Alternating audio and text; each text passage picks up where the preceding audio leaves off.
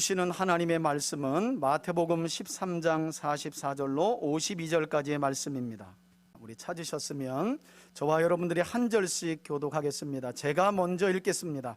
천국은 마치 밭에 감추인 보화와 같으니 사람이 이를 발견한 후에 숨겨두고 기뻐하며 돌아가서 자기의 소유를 다 팔아 그 밭을 사느니라. 또 천국은 마치 좋은 진주를 구하는 장사와 같으니 극히 값진 진주 하나를 발견하며 가서 자기의 소유를 다 팔아 그 진주를 사느니라. 또 천국은 마치 바다에 치고 각종 물고기를 모으는 그물과 같으니 그물에 가득함에 물가로 끌어내고 앉아서 좋은 것은 그릇에 담고 못된 것은 내버리느니라. 세상 끝에도 이러하리라. 전사들이 와서 의인 중에서 악인을 갈라내어 풀무불에 던져 넣으리니 거기서 울며 이를 갈리라. 이 모든 것을 깨달았느냐 하시니 다 같이요. 대답하되 그러하오이다. 52절입니다. 다 같이 함께 읽습니다. 예수께서 이르시되 그러므로 천국의 제자된 서기관마다 마치 새 것과 옛 것을 그 곳간에서 내어오는 집 주인과 같으니라. 아멘. 할렐루야. 반갑습니다. 그리고 다시 한번 예수님의 이름으로 우리 성도들 가정과 삶 속에 평안을 기원합니다. 우리 하나님 말씀 오늘 제목을 다 같이 한번 따라해 봅시다. 하나님 나라의 속성에 관한 비유들. 오늘은 총 7가지 비유가 기록되어 있는데 그 가운데 마지막 후반부 3개의 비유만, 그리고 비유 끝에 예수님께서 하신 말씀만 우리가 함께 살펴보았습니다. 오늘도 주 예수님의 제자로 부름을 받아서 마음과 뜻과 힘을 다해 주님을 예배하고 경배하는 우리 3대 가족들을 축복하고, 무엇보다도 선포되고 함께 나누는 말씀을 통해 우리가 경배하고 예배하는 하나님이 누구이신지가 깊이 깨달아지는, 그리고 그 하나님의 나라가 깨달아지는 저와 여러분들이 되시길 예수님의 이름으로 다시 한번 축복합니다. 여러분, 지금으로부터 2000년 전, 그러니까 예수님 당시에 이스라엘 땅에 살았던 유대인들이죠. 이스라엘 백성들은 그 어느 때보다도 구약으로부터 하나님께서 약속하신 그리스도, 즉 메시아가 그들 가운데 오셔서 그들이 그토록 간절히 기다리는 하나님의 나라가 이루어지기를 바랬습니다. 하지만 불행하게도 성경은 이처럼 약속된 메시아와 하나님의 나라를 간절히 기다렸던 이 유대인들, 예수님 당시 이스라엘 백성들의 신앙이, 이 신앙은 구체적으로 어떤 신앙이냐? 메시아관, 메시아가 오시면 어떤 일이 있을 것인가, 메시아가 누구인가, 이 메시아관과 하나님 나라가 어떤 나라인가에 대한, 하나님 나라에 대한 인식이 성경은 그들에게 매우 제한적이었고 왜곡되었으며 심지어는 이기적이었다라고 말씀합니다. 무슨 말인가 하면, 예수님 당시 이스라엘 백성들은 하나님께서 약속하신 메시아가 오셔서 그들 가운데 그 메시아를 통해 하나님의 나라가, 곧 천국이 이루어질 것을 무엇으로만 연관지어서 설명을 했느냐? 오로지 그들은 그 당시 그들이 압제당하고 있었던 로마로부터의 독립, 로마가 당시는 세계를 제패하고 있었고 이스라엘도 로마에 속해 지배를 받고 있었어요. 그래서 그들이 기다렸던 메시아는 이 로마 제국으로부터 독립시켜주고 자유케 해주는 메시아, 그러면 그것이 곧 그들에게 하나님의 나라가 이루어지는 것이라고 생각했었다는 거예요. 이것이 지금으로부터 2000년 전 예수님 당시 이스라엘 백성들이 꿈꿨던 메시아요, 메시아를 통해 이루어질 것이라고 믿었던 하나님의 나라였다는 거예요. 그래서 그들은 메시아이신 예수님이 오면 로마로부터 이스라엘이 독립되고, 그렇게 되면 자연스럽게 그 옛날 다윗 왕 시절처럼 이스라엘은 로마에게서 독립하게 될 것이고, 이스라엘 나라의 위엄과 영광이 그 옛날 다윗 때와 같이, 솔로몬 때와 같이 회복될 것이라고 여겼다는 거예요. 그런 하나님의 나라가 예수님을 통해 이루어지기를 소망했다는 거예요. 문제는 이것이 일반 백성들의 신앙적 정서가 아니라, 우리가 잘 아는 것처럼 여러분, 메시아이신 예수님 오시기 6개월 전 그 예수님의 길을 예비했던 구약의 마지막 선지자로 불리는 세례 요한도 이와 같은 신앙관을 가지고 있었다는 거예요. 자, 우리 함께 한번 앞에 보시고 좀 길긴 하지만 마태복음 3장 7절로 12절까지의 말씀 함께 한번 읽어보겠습니다. 그 당시 세례 요한뿐만 아니라 이스라엘 백성들이 어떤 메시아를 기다렸고 그 메시아를 통해 어떤 하나님의 나라를 꿈꿨는가, 이 본문에 그대로 여실히 드러나 있어요. 7절부터 함께 한번 읽겠습니다. 시작. 요한이 많은 바리새인들과 사두개인들이 세례 베푸는 데로 오는 것을 보고 이르되 독사의 자식들아, 누가 너희를 가르쳐 임박한 진노를 피하라 하더냐? 그러므로 회개에 합당한 열매를 맺고 속으로 아브라함이 우리 조상이라고 생각하지 말라.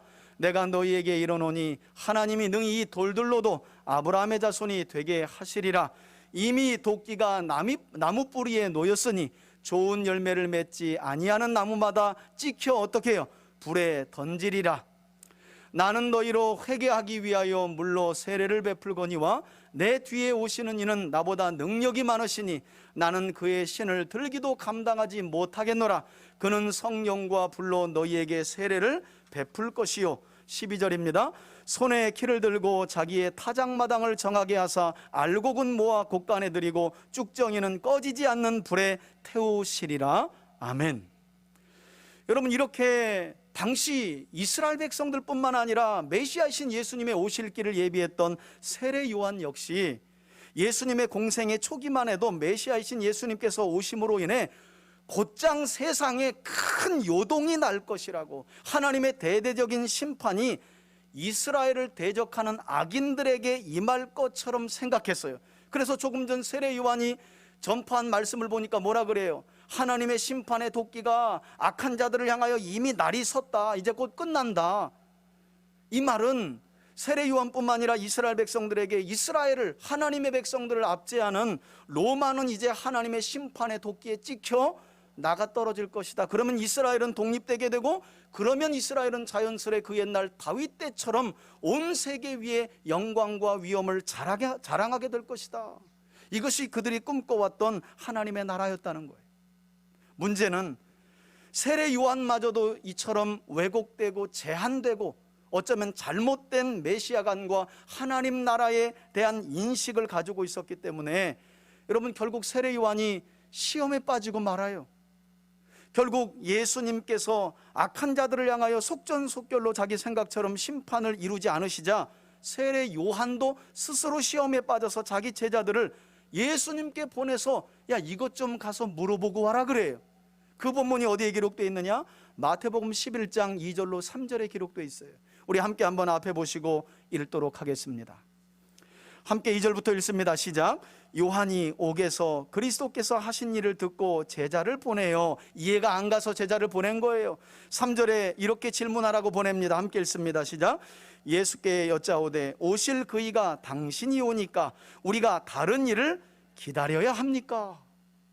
여러분, 이렇게 세례 요한이 제자들을 보내 예수님께 질문을 하라고 보냈다는 거예요. 왜냐?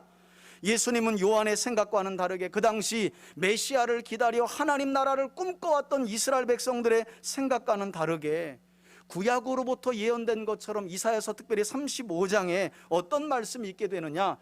메시아가 오셔서 하나님의 나라가 임하면 어떤 구원의 징조들이 일어나게 되느냐? 우리가 잘 아는 것처럼 맹인들이 눈을 뜨고 안진뱅이가 걷게 되며 나병 환자가 깨끗이 되고 못 듣는 자들이 듣게 되며 죽은 자들을 살리시는, 여러분, 예수님께서는 이처럼 구약에 약속된 메시아로서의 증거를 드러내고 계셨는데 정작 자신들이 생각한 메시아관과 하나님 나라와 다르자 세례 요한마저도 제자들을 보내서 질문했다니까요. 이거 우리가 기다렸던 예수님이 아닌데, 우리가 꿈꿔왔던 하나님 나라가 아닌데 제자들을 보내면서 당신이 메시아가 맞습니까? 하고 가서 질문 좀 해봐라. 여러분, 이렇게 세례 요한의 질문에 대해서 그 본문 6절에 보면 예수님이 어떤 말씀을 하시는지 아세요? 이런 말씀을 하세요. 예수님을 찾아와 스승의 질문을 그대로 던진 세례 요한의 제자들에게 예수님은 이처럼 말씀하십니다. 누구든지 나로 말미암아 실족하지 아니하는 자는, 한번 따라합시다. 복이 있도다. 여러분, 이 말은 무슨 말씀이에요? 세례 요한이 지금 무엇에 처해 있다는 거예요? 실족할 위기에 있었다니까요. 세례 요한마저도 자신이 꿈꿔오고 생각해왔던 메시아관과 그 메시아를 통해 이루어질 하나님의 나라를 자기 생각대로 생각했기 때문에 정작 눈앞에서 메시아의 사역 하나님 나라가 임하는 것을 보고도 우리가 다른 사람을 기다려야 합니까? 이런 질문을 던지고 있었다는 거예요. 여러분, 이처럼 약속된 말씀과는 다른 메시아관과 하나님 나라에 대한 인식 때문에 세례 요한뿐만 아니라 온 이스라엘 백성들은 그들 눈앞에 와 계신 천국의 실체가 되시는 메시아 곧 그리스도 예수님을 눈앞에 보고도 인정하지 않고, 우리 마태복음 쭉 함께 우리 교회 공동체가 지금 사순절 맞아서 묵상하고 있잖아요. 끊임없이 배척해요. 오늘 13장 천국의 비유 마지막에도 충격적인 사실은 예수님께서 고향으로 가시는데 고향 사람들도 야, 저 목수의 아들에게 어떻게 저런 지혜로운 말씀이 나올 수 있느냐 하면서 신기해하고 예수님을 생각할 뿐 따르지 않고 오히려 어떻게 해요? 배척했다라는 말씀으로 끝나고 있어요. 여러분, 그래서 오늘 마태복음 13장 전체를 보시면 예수님께서는 그분의 제자였던 세리 마태를 부르시고 그 마태를 통해 이 땅에 임한 하나님 나라의 속성 곧 천국이 어떤 나라인지를 총 7개의 비유를 들어서, 여기서 숫자도 중요해요. 왜 천국을 비유하고 하나님의 나라가 어떤 나라인지를 마태가 소개할 때, 오늘 제가 설교하기 전까지도 오기 전에 이 본문을 가지고 목사님들이 어떻게 설교했나 하고 한번 들어봤어요. 공부를 열심히 하셔야 되겠더라고. 뭐 어떤 분들은 유대인들에게 한 것이다, 뭐 왕국에 대한 소개다라고 말하는데, 여러분 이 지금 마태가 예수님께서 하나님 나라가 어떤 나라인지에 대해서 소개하기 위해 7개의 비유로 하신 말씀은 예수님께서 쉬지도 않고 7개를 다 늘어뜨려 설명하신 게 아니죠? 아니에요. 여러 날에 걸쳐 말씀하신 것을 마태가 어떻게 모은 거예요. 모 특집으로, 천국 특집으로 모아놓은 거예요. 그런데 몇 개로? 7개로 모아놓은 거죠. 왜 그럴까요? 여러분, 7이라는 숫자는 완전함을 상징하는 숫자예요. 그래서 7개의 비유를 들어서 이제부터 내가 설명할, 곧 예수 그리스도께서 설명하실 하나님의 나라가 얼마나 완전한지를 설명하기 위해서 7개의 비유를 들어서 설명하고 계시다는 거예요. 저는 무엇보다도 우리 3대 가족들이 오늘 이 7개의 비유에 관한 말씀을 잘 듣고 깨닫기를 바라요. 설교하기 전에 제가 뭘 좀 권면드리려고 했냐면, 오늘 설교는 한번 따라 합시다. 2번 이상 들어야 한다. 꼭 그렇게 하시기를 바라요. 인증샷 저한테 보내시기를 바라요. 왜냐하면 한꺼번에 7개의 비유를 총 한 장 전체를 다 살펴볼 거기 때문에 본문에 대한 배경 지식이 없는 분들은 뭔 얘기하는지 잘 몰라요. 또 여전히 오늘 설교 듣고도 천국은 어떤 곳입니까? 죽어봐야 알죠. 그럼 제가 아주 까무러쳐서 쓰러질 것 같아. 제발 그런 분 없었으면 좋겠어요. 그래서 오늘 이 7개의 비유에 관한 말씀을 여러분들이 잘 듣고요, 천국 곧 하나님의 나라가 어떤 나라인지를 우리 3대 가족 모두가 깨달아서 제가 염려스러운 말씀으로 여러분들에게 소개한 것처럼 천국은 성도들이 이 땅 살다가 죽어서 가는 하늘나라 정도 이미 아님을 깨닫고, 오늘 지금 그리고 여기 우리 가운데 예수님을 통해 이미 임한 하나님 나라를 볼 수 있는 눈이, 그리고 그 천국을 누리고 이루며 살아가는 우리 3대 가족들이 되시길 예수님의 이름으로 축원해 드립니다.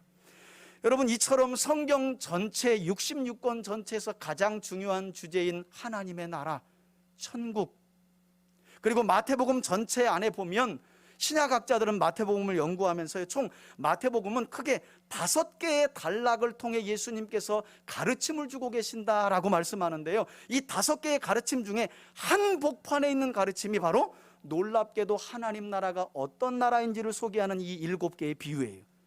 그러니까 마태복음 28장 전체를 다 이해할 수 없어도 어떤 장만은 이해해야 된다. 오늘 13장만은 왜? 이게 마태복음 전체에서 하나님께서 우리에게 전달하고자 하는 가장 중요한 메시지이니까. 그래서 여러분들이 오늘 이 말씀을 잘 깨닫기를 바라요. 그리고 성령께서 그런 깨달음의 은혜를 우리 3대 가족들에게 주시기를 주의 이름으로 축원해 드립니다. 여러분, 가장 먼저 우리가 잘 아는 바처럼 예수님은 하나님 나라가 어떤 나라인가를 소개하기 위해서 마태복음 13장 1절에서 아주 길죠, 23절까지 이미 우리가 앞서서 설교를 들었어요. 4가지 땅에 떨어진 씨 비유를 통해 예수님은 천국이 어떤 나라임을 우리에게 가르쳐 주셨느냐, 하나님의 나라인 천국은 그 무엇보다도 주님의 말씀을 한번 따라 합시다. 잘 듣고 깨달아 삶에 결실하는 자. 여러분, 이런 자들을 통해 천국이 이루어진다라고 말해요. 그런 자들만이 천국을 누릴 수 있다라고 말해요. 그래서 예수님은 13장 전체에 무엇을 자꾸만 반복하시며 강조하시느냐, 우리 앞에 보여지는 말씀을 잘 한번 들어보세요. 천국은 어떤 자들이 소유할 수 있는지 먼저 13장 9절에 한번 읽습니다. 앞에 보시고 시작. 귀 있는 자는 들으라 하시니라. 자, 13장 19절 한번 읽겠습니다. 시작. 아무나 천국 말씀을 어떻게 듣고 깨닫지 못할 때에는 누가 와서, 악한 자가 와서 그 마음에 뿌려진 것을 빼앗나니 이는 곧 길가에 뿌려진 자요. 자, 13장 43절도 함께 앞에 보고 읽겠습니다. 시작. 그때의 의인들은 자기 아버지의 나라에서 해와 같이 빛나리라. 그 다음이 중요합니다. 귀 있는 자는 어떻게 들으라. 그리고 마지막으로 예수님께서 이 모든 비유의 말씀을 마치신 후에 제자들에게 하신 말씀도 무엇이었습니까? 13장 51절 한 번 더 읽겠습니다. 함께 한번 읽습니다. 시작. 이 모든 것을 깨달았느냐 하시니 대답하오되 그러하오이다. 여러분, 이처럼 지금 우리 예수님은 하나님의 나라는 성도들이 교회 잘 다니다 죽으면 가는 그런 막연한 하늘나라가 아니라 주의 말씀을 잘 듣고 그 말씀을 깨달아 말씀대로 살아가며 결실하는 자들만이 이 땅에서 누리고 경험하는 나라임을 지금 제자들에게 가르쳐주고 계시다는 거예요. 천국은 막연하게 예수 믿고 교회 다니다가 죽으면 가는 나라겠죠. 그렇지 않다는 거예요. 하나님의 나라는 하나님의 말씀에 귀를 기울이고 그 말씀을 잘 들으며 깨달아 삶 속에 말씀대로 살아가는 열매를 맺는 자들이 이 땅으로부터 천국을 이미 경험하고 누리며 마침내 그리스도를 통해 완성될 하나님 나라에 들어가게 될 것이라는 거예요. 자, 그런데 이 비유에서, 첫 번째 비유에서 충격적인 사실은 4개의 밭들 중에 무려 4분의 3이나, 여러분, 이 밭은 사람의 마음을 뜻한다고 제가 가르쳐 드렸잖아요. 4분의 3이나 뿌려진 천국 말씀들이 결실을 맺지 못한다는 거예요. 아니, 농사를 짓 때 이렇게 농사 질 사람들이 있을까? 4분의 3이. 그런데 여러분, 우리가 염려할 것이 없는 것은 하나님은요, 손해 없는 장사를 100% 하시는 분이에요. 왜냐하면 그 뒤에 나오는 비유의 말씀을 보니까 비록 천국의 말씀이 4분의 3이나 손실되긴 하지만 예수님은 천국 말씀을 착하고 선한 마음으로 받는 자들, 그리고 깨달아서 그 말씀을 삶 속에서 인내하며 지켜 순종하는 사람들을 통해 결실하지 못한 4분의 3보다 더 많은 100배의 결실을 거두는 나라가 하나님의 나라인 줄 믿으시기 바랍니다. 여러분, 그러니 예수님을 따라다니는 제자들이 이 말씀에 얼마나 큰 위로를 받았을지 한번 생각해 보세요. 아니, 분명히 자기들 눈앞에서 예수님은 구약에 예언된 대로 메시아이심의 증거를 너무나 명확하게 보이고 있고 그분을 통해서 모든 구원의 역사가 이루어져서 하나님 나라를 보고 있는데, 정작 유대인의 지도자들, 대제사장들과 서기관들과 바리새인들, 그리고 그들의 교훈을 따르는 많은 사람들은 그런 메시아와 하나님 나라를 보지 못하고 있으니 제자들이 얼마나 답답했겠어요. 또 한편으로 야, 이게 뭐 하나님 나라가 이게 될 건가? 여러분, 12명 따라다닌다고 하나님 나라가 이루어진다라고 생각했을까요? 그러니 제자들이 얼마나 낙심도 되면서 어떻게 이렇게 명확하게 메시아이심을 보여주시고 하나님 나라를 보여주시는데 저들이 저처럼 믿지 않을까? 어떻게 저렇게 예수님을 배척할까? 그런데 예수님의 이 비유를 통해 제자들이 소망을 발견하는 거죠. 아, 하나님의 말씀을 잘 마음에 받고 인내하며 지키는 우리를 통해 하나님 나라는 100배의 결실을 이루어가는 것이구나. 할렐루야. 여러분, 하나님의 말씀을 지금도 잘 듣고 마음에 새겨 삶 속에 인내함으로 지켜 순종하기로 결단하는 여러분들을 통해 하나님 나라는 또 한 주간도 100배의 결실을 이루어가는 나라가 될 줄 믿으시길 바랍니다. 하나님의 소망이 그거라는 거예요. 제자들이 그러니 얼마나 큰 위로가 됐겠어요. 12명뿐이라도 사실은 12로 온 세상을 뒤집어 놓으신 거 아니에요, 하나님께서. 그러니 뭐 누구는 듣니 안 듣니, 공부하니 마니, 뭐 신앙이 오래돼도 하나님의 말씀을 많이 모르니, 그거 판단하지 마시고 여러분 스스로가 여러분 자신을 하나님의 말씀에 비추어서 나는 그 말씀을 잘 받아서 인내하고 지키며 100배는 아니더라도 그래서 성경은 30배부터 시작하잖아요. 또 100배 하라 그러면 까무러칠까 봐, 시험 들고 또 교회 안 나올까 봐 30배부터 시작하는 거예요. 여러분, 하나님 나라는 이처럼 위대한 나라라니까요. 그 당시에 다 박사학위 있고 뭐 다 배운 사람들 부른 거 아닌 사실을 우리가 알고 있잖아요. 갈릴리의 어부들, 형편없는 사회적 신분도 낮은 그런 자들을 예수님이 제자로 부르시고, 하나님의 말씀이 그러나 그들 안에 뿌려질 때 100배의 결실이 맺을 것을 기대하면서 예수님은 제자들을 부르시고 하나님 나라의 말씀을 이처럼 가르쳐주고 계신 거예요. 저에게도 이런 기대와 소망이 있어요. 여러분들을 향해서. 할렐루야. 여러분 스스로도 여러분 자신에게 대해서 지금 예수님께서 여러분들을 향하신 그 소망을 잃지 않기를 주의 이름으로 축원해 드립니다. 에이, 나 같은 사람에게 뭔 기대를 해. 난 이제까지 뭐 별로 신앙생활 오래 했지만. 아니요, 오늘부터예요.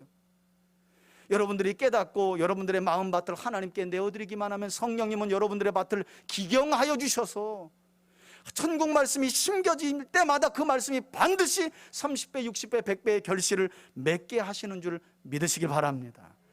자, 그리고 나서 예수님은 마태복음 13장 이 첫 번째 비유 이후에 24절부터 이제 이어지는 두 번째 비유를 통해 하나님 나라가 어떤 나라임을 우리에게 가르쳐 주셨느냐. 예수님은 하나님의 나라인 천국을 좋은 씨를 밭에 뿌린 어떤 주인으로 비유하셨어요. 지난 금요일 날 우리가 좀 더 자세히 살펴보면서 함께 기도했던 말씀이기도 한데요. 여러분, 이때 놀라운 사실은 이 비유를 보시면 이 좋은 씨가 뿌려진 밭에 누군가 어둠을 틈타서 가라지를 뿌린 사실을 소장농인 농부가 알고요, 이 가라지를 뽑아내려고 주인에게 말을 해요. 주인님이 좋은 씨를 주인님의 밭에 뿌리셨는데 어둠을 틈타 원수가 가라지를 그 위에 덧뿌렸습니다. 그 가라지를 뽑아내겠습니다. 그런데 웬일인지 주인이 하는 말은 그 당시의 농사법과 너무 다른 방법을 제시해요. 둘 다 함께 자라도록 언제까지? 추수하는 날 때까지 두어라. 여러분, 말씀드린 것처럼 이것은 누가 봐도 그 당시나 아니 지금 현재 농사법에 비추어도 맞지가 않는 농사법이에요. 왜냐하면 가라지를 그냥 두면 함께 알곡과 자라면서 알곡이 빨아들여야 할 영양분까지 가라지가 다 빨아먹기 때문에 소출이 누가 봐도 적을 수밖에 없거든요. 그러니 세상 농사법으로 보자면 빨리 할 수만 있다면 가라지를 싹이 나고 싹이 나기 전에 빨리 뽑아놔야 돼요. 뽑아내버려야 돼요. 그런데 이 주인은 추수 때까지 둘 다 그냥 두어라 그러셨다는 거죠.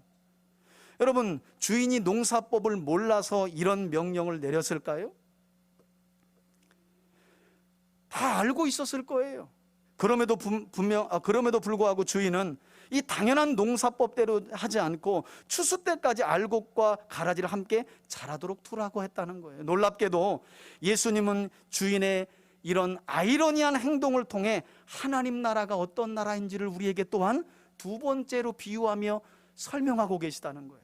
다시 말해 천국은 36절 이후에 기록된 해석과 같이 이렇게 악한 마귀가 뿌린 악한 자의 아들들인 가라지를 미리 뽑으려다가 하나님께서 뿌리시고 심으신 알곡인 천국의 자녀들까지 뽑힐 것을 염려하여 어느 때까지 두며 기다리는 나라, 추수 때까지 기다리며 두는 나라가 바로 하나님의 나라임을 예수님이 가르쳐 주신다는 거예요. 이것은 하나님께서는 마귀에게 속한 이 세상의 악한 자들을 뽑아 심판하시는 것보다 오히려 택하신 하나님의 자녀들 한 사람 한 사람이 예수님께서 재림하셔서 마지막 날 추수하는 때까지 안전하게 지켜주고 보존되기를 원하시는, 그리고 그것에 가장 가치를 두는 나라가 바로 어떤 나라? 하나님의 나라임을 교훈하고 계신다는 거예요. 그래서 주님은 오늘이라도 그 발을 떼서 세상을 심판하실 수 있지만, 악한 자들을 뽑을 수 있지만 추수 때까지 두시는 거예요. 또 한편으로 보면 어쩌면 그 기간은 그 악한 자들에게 뭐 할 기회겠어요? 당연하죠. 회개하고 돌이킬 기회를 주시는 거예요. 여러분, 여기서 한 가지, 이 두 번째 가라지 비유에서 우리가 오해하지 말 것은, 많은 목사님들이 참 답답한 나머지 교회 안에 알곡과 가라지가 있다는 비유로 이것을 조금 더 구체적으로 적용하며 설교하시는 경우가 있어요.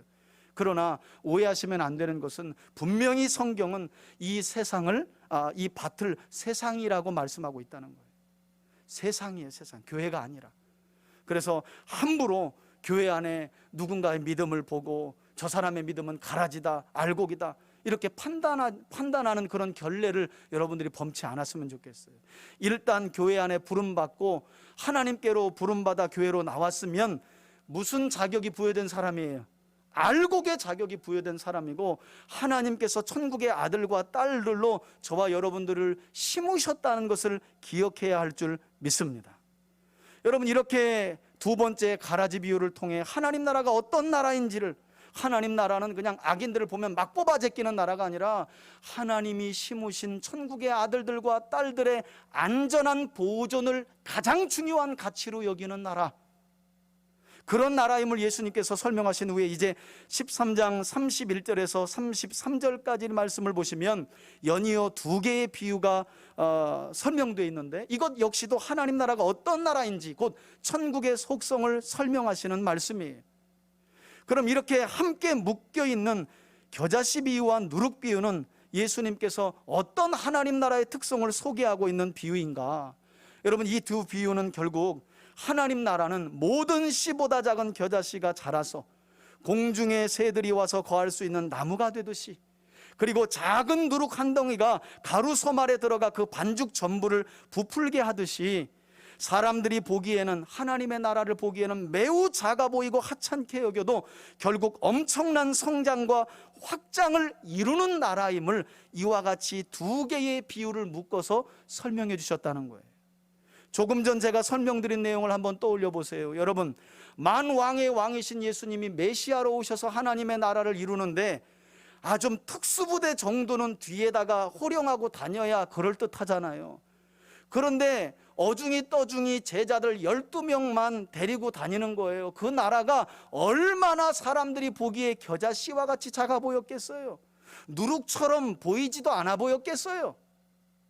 그러나 예수님은 절대 그렇지 않다는 거예요. 이미 4개의 밭에 뿌려진 씨 뿌리는 자의 비유를 통해 설명되었듯이, 이 작은 겨자씨와 같이, 이 작은 누룩과 같은 하나님의 나라는 결국 때가 되면 엄청난 폭발적인 성장과 확정을 이루어 마침내 이 땅에 하나님의 나라를 완성하고 말 거라는 거예요. 여러분, 실제로 놀랍죠? 12명의 겨자씨와 누룩이 지금 온 세상에 복음을 전하고 말았잖아요. 여러분, 그런데 우리가 이 두 비유와 함께 눈여겨봐야 할 것은, 오늘 본문을 보면 마태가 앞서 4개의 밭에 뿌려진 씨앗의 비유와는 다르게, 왜? 거기에는 비유를 설명한 뒤에 해석을 곧이어 달아놨어요. 그런데 오늘 본문을 보시면 겨자씨 비유와 누룩 비유를 함께 설명한 후에 흥미롭게도 36절 이후에 앞서 설명된 가라지 비유에 대한 해석을 뒤늦게 붙여놨다는 거예요. 마태가 까먹었나 봐요. 예수님의 가라지 비유를 설명해 놓고 그 해석도 바로 뒤에 붙여놔야 되는데, 잊어버리고 나서 겨자씨 비유와 누룩 비유 설명 후에 해석을 뒤에다 붙여놨어요. 여러분, 그게 아니라요, 오히려 마태는요, 마태복음 안에서 의도적으로 이 가라지 비유가 겨자씨나 누룩 비유와 큰 틀 안에서 하나의 의미로 묶여 있다는 것을 설명하려고 해석을 뒤에다 붙여놓은 거예요.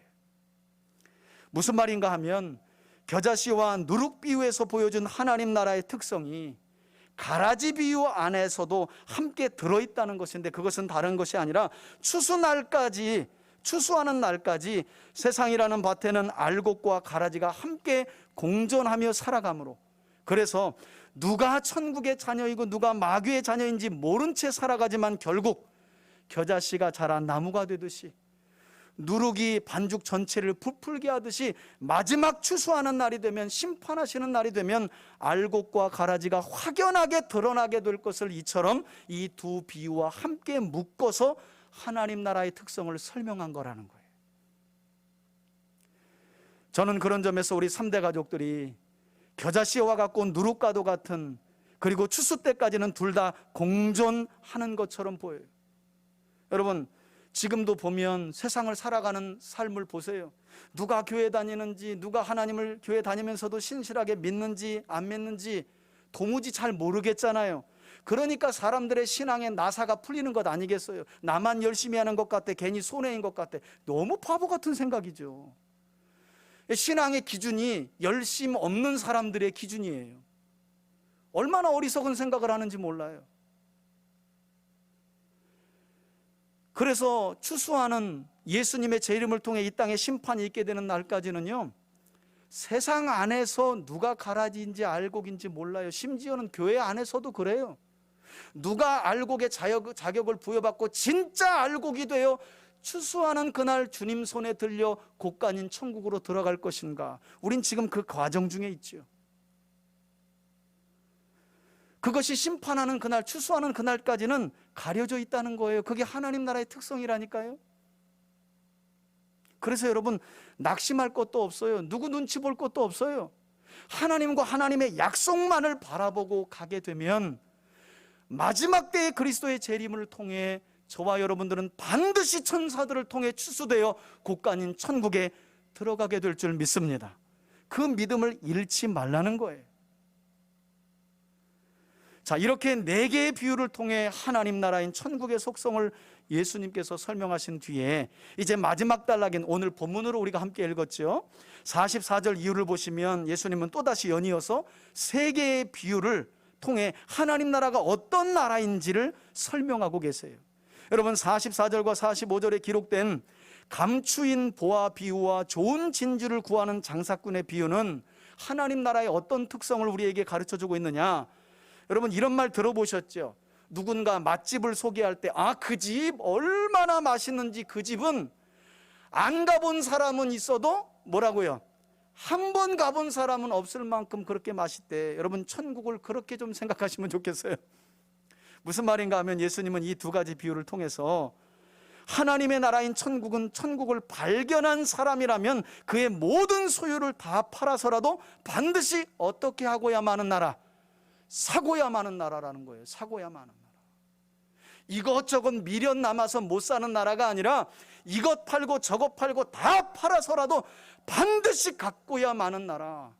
그만큼 하나님 나라는 엄청난 가치가 있는 나라임을 예수님이 이 마지막 비유를 통해 가르쳐주고 계시다는 거예요. 그리고 마지막 47절에 기록된 그물 비유를 통해 예수님은 하나님 나라에 대하여 어떤 설명을 우리에게 주셨느냐? 천국은 마치 어부가 물속에 그물을 내리고 올릴 때, 여러분, 먹을 물고기, 안 먹을 물고기, 여기서는 좋은 것, 못된 것으로 나눠졌는데 어부가 그물을 올리면 한꺼번에 올려지잖아요. 그러나 그것을 다 가지고 갑니까? 그렇지 않죠? 배에 올리고 무트로 나와서는 어떻게 해요? 먹을 수 있는 것, 시중에서 팔 수 있는 것은 가져가고, 그렇지 않은 것은 어떻게 해요? 내어버리죠. 하나님 나라의 속성이 그와 같다는 거예요. 여러분, 무트로 나오기까지는 누가 알곡이고 누가 가라지고 누가 좋은 것이고 누가 못된 것인지 모른다니까요. 무트로 나오는 날이 조금 전 비유로 설명하면 뭐 하는 날? 추수하는 날인 거죠. 하나님 나라의 속성이 그렇다는 거예요. 반드시 갈라진다는 거예요. 나누어진다는 거예요. 함께 할 수 없다는 거예요. 이렇게 나누신다는 거예요. 그게 하나님 나라의 속성이라는 거예요.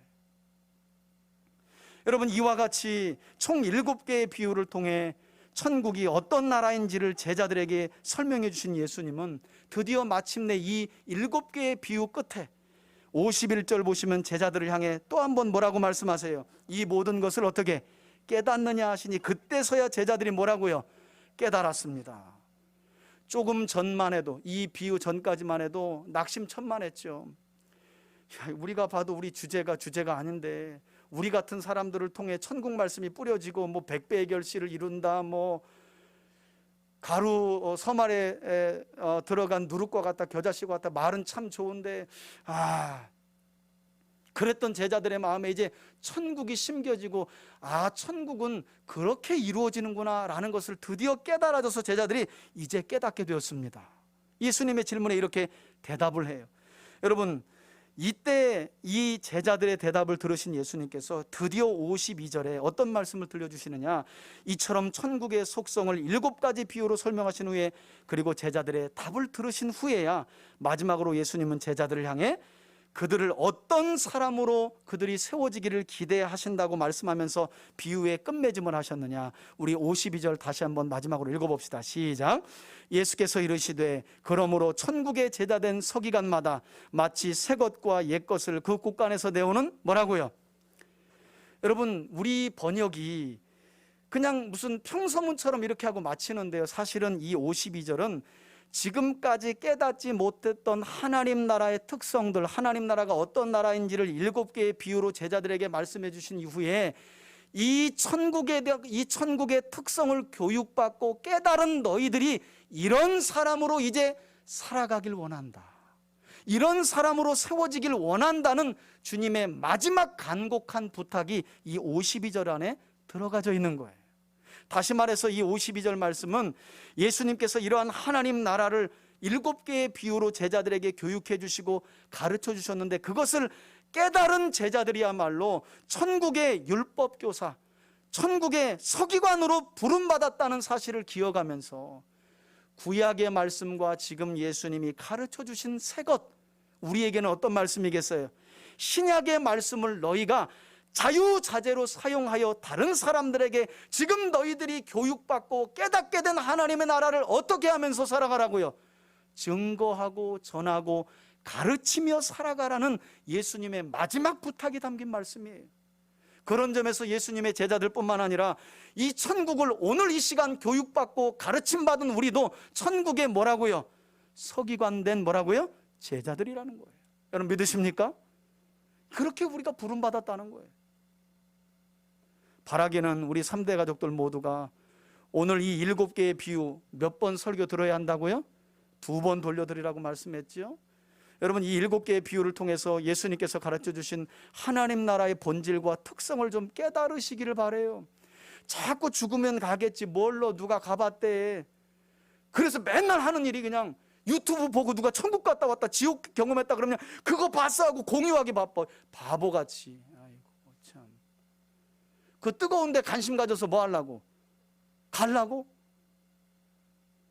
여러분, 천국에 뭐 한대, 천국에 황금이 있대, 진주 있대. 가서 황금과 진주 없으면 여기 말고 딴 데 없어요, 그럴 거예요? 천국의 본질이 뭔지 모르는 거잖아요. 하나님 나라의 속성이 지금 예수님은 너무 답답해서 마태는 예수님의 말씀을 7개로 묶어서 가르쳐 주는데도 아직도 하나님 나라를 소망하며 살아가는 사람들이 하나님 나라가 뭔지를 몰라요. 죽으면 가는 나라, 거기 가면 뭐 질병도 없대, 고통도 없대, 뭐 그 정도 아는 거예요. 하나님 나라가 누구를 통해, 어떤 과정을 통해 마침내 어떻게 완성되어서 이 땅에 충만한지 그런 그림을 못 그리는 거예요. 저는 그런 점에서 지금도 여전히 교회 안에서 천국은 죽어서 가는 하늘나라라고 막연히 생각하는 많은 사람들에게 오늘 이 말씀을 교육받고 가르침받고 깨달음받은 우리 3대 가족들 모두가 천국의 제자된 서기관으로 부름받았다는 사실을 기억하시고, 하나님 나라가 다시 한번 말씀드리지만 오늘 여기 지금 우리 안에 이루어져 가고 있음을 밝히 증거하고 열매로 드러내 여러분들 스스로가 천국의 아들과 딸로 이 하나님의 소유된 세상이라는 밭에서 살아갈 수 있기를 예수님의 이름으로 축원해 드립니다.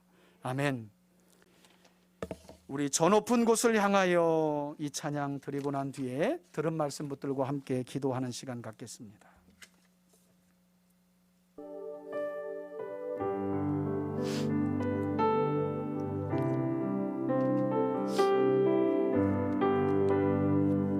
저 높은 곳을 향하여, 저 높은 곳을 향하여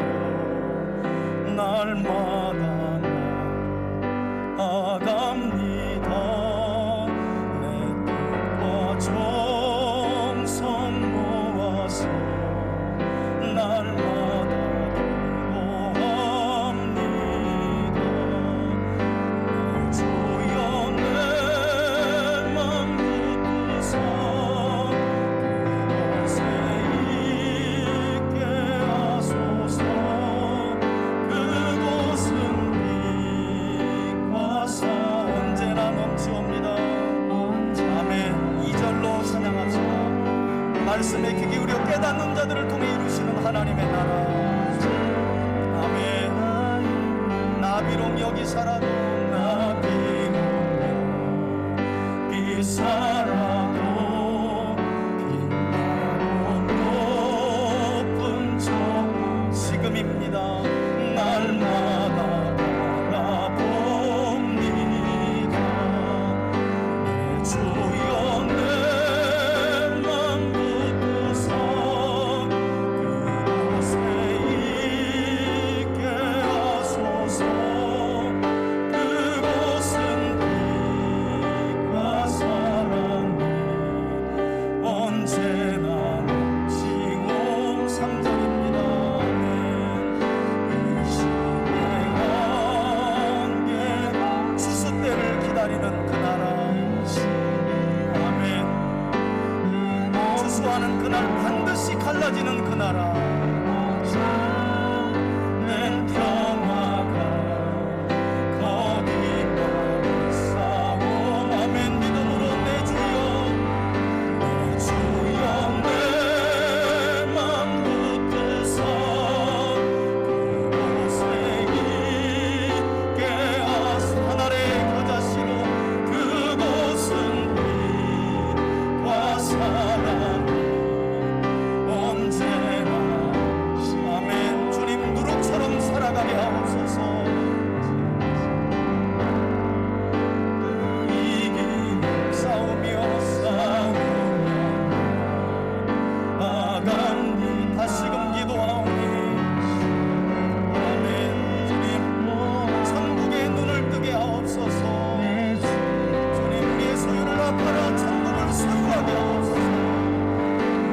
주여 내 맘 붙드사 그곳에 있게 하소서. 그곳은 빛과 사랑이 언제 이 마지막 5절로 아멘. 주를 따라 올라가 저 높은 주님이 이 땅에 오시는 그날이 되면 영원한 복락 누리 아멘. 즐거운 네 아멘. 지금 여기부터입니다. 주여 내 맘 붙드사 그곳에 있게 하소서. 그곳은 빛과 사랑이 언제나 우리 마지막으로 한 번 더 내 주여 내 맘 붙드사 주여 내 맘 붙드사 그곳에 있게 하소서. 그곳은 빛과 사랑이 언제나 넘치옵니다. 아멘. 우리 이 시간 결단의 기도 드렸으면 좋겠습니다. 여러분, 하나님의 나라는 우리의 형편 따라 임하는 것 아닙니다. 우리가 어떤 상황 중에 놓였든지 우리의 주제를 따라 임하는 것도 아닙니다. 다만 주의 말씀을 잘 듣고 지켜 인내함으로 지켜 순종하는 자들을 통해 100배의 결실을 맺어가며 임하는 나라가 겨자씨와 같고 누룩과 같고 그리고 세상 안에 섞여 사는 것 같지만 마침내 좋은 것과 나쁜 것 알곡과 가라지로 예수님께서 이 땅에 오시는 날 분명하고 확연하게 갈라지는 나라가 하나님의 나라인 줄 믿습니다. 하나님 그 나라를 기억하며 살아가게 하옵소서. 부족함이 있고 연약함이 있지만 먼저는 주의 말씀을 잘 듣고 경청하며 하나님의 말씀을 삶 속에 이루어감으로 천국의 아들과 딸로 심으신 예수님을 기억하며 이 길 끝에 나를 만나주실 예수님과 천국을 기억하며 살아가게 하옵소서. 그 천국을 이루어가며 천국을 증거하며 살아가는 우리가 되게 해달라고 다 같이 결단하며 나아가겠습니다. 할렐루야. 살아계신 아버지 하나님 감사합니다. 오늘 마태복음 전체의 주제이면서 하나님의 사람들에게 가장 중요한 주제인 하나님 나라의 속성에 관한 7가지 비유의 말씀을 저희들이 함께 나누었습니다. 많은 사람들이 교회를 다니며 하나님 나라를 소망하지만 그 나라를 단순히 죽어서 가는 하늘나라, 좋은 나라 정도로만 생각합니다. 성경은 아니라고 말씀합니다. 천국은 그 천국의 말씀에 귀를 기울이며 인내로 지켜 순종하는 자들을 통해 이루어지며, 천국은 마치 세상 사람들 보기에 보잘것없는 겨자씨와 같고 누룩 같지만 마침내 큰 나무가 되고 반죽 전체를 부풀게 하는 하나님의 나라라고 말씀합니다. 천국의 가치는 엄청나 누구든지 그 천국을 발견하면 자기 소유를 다 팔아서라도 사고 싶은 나라가 천국이라고 말합니다. 그리고 그 천국은 마침내 그리스도의 재림을 통해 가라지와 알곡으로 구원하고 가르는 나라요, 좋은 것과 못된 물고기로 가르며 구원하는 나라라고 말씀합니다. 하나님, 그 천국을 오늘 지금 여기 매일의 삶에 누리며 살아가는 우리가 되게 하여 주옵소서. 그 천국을 세상에 증명하고 증거하며 살아가는 우리가 되길 원합니다. 그런 우리 성도들의 가정과 이 사명 감당하는 우리 교회가 되게 하여 주옵소서. 아버지 하나님, 하나님의 나라와 메시아를 이스라엘의 독립으로만 생각했던 2000년 전 유대 땅의 이스라엘 백성들, 아니 2000년이 지났지만 여전히 예수님이 누구시고 그분을 통해 이 땅에 이루어진 하나님의 나라에 온전히 눈을 뜨고 있지 못한 우리들 긍휼히 여겨주시고 불쌍히 여겨주시옵소서. 하나님의 나라는 그 말씀에 귀를 기울여 인내함으로 지켜 순종하는 자들을 통해 마침내 100배의 결실을 이루는 나라임을 믿습니다. 하나님의 나라는 세상 사람들 보기에 겨자씨와 같고 누룩과 같아 아무것도 아닌 것처럼 보이지만 마침내 이 세상을 장악하고 왕 되신 하나님을 섬기는 온전한 나라로 이루어질 나라인 줄 믿습니다.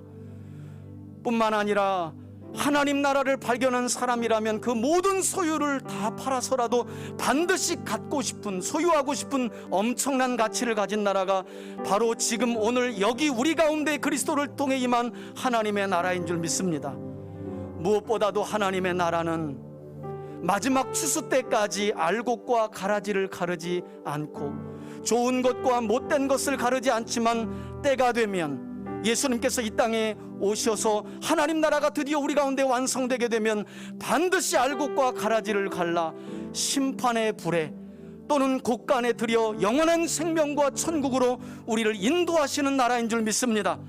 그 나라를 소망하며 살아가는 우리들이 되게 하여 주옵소서.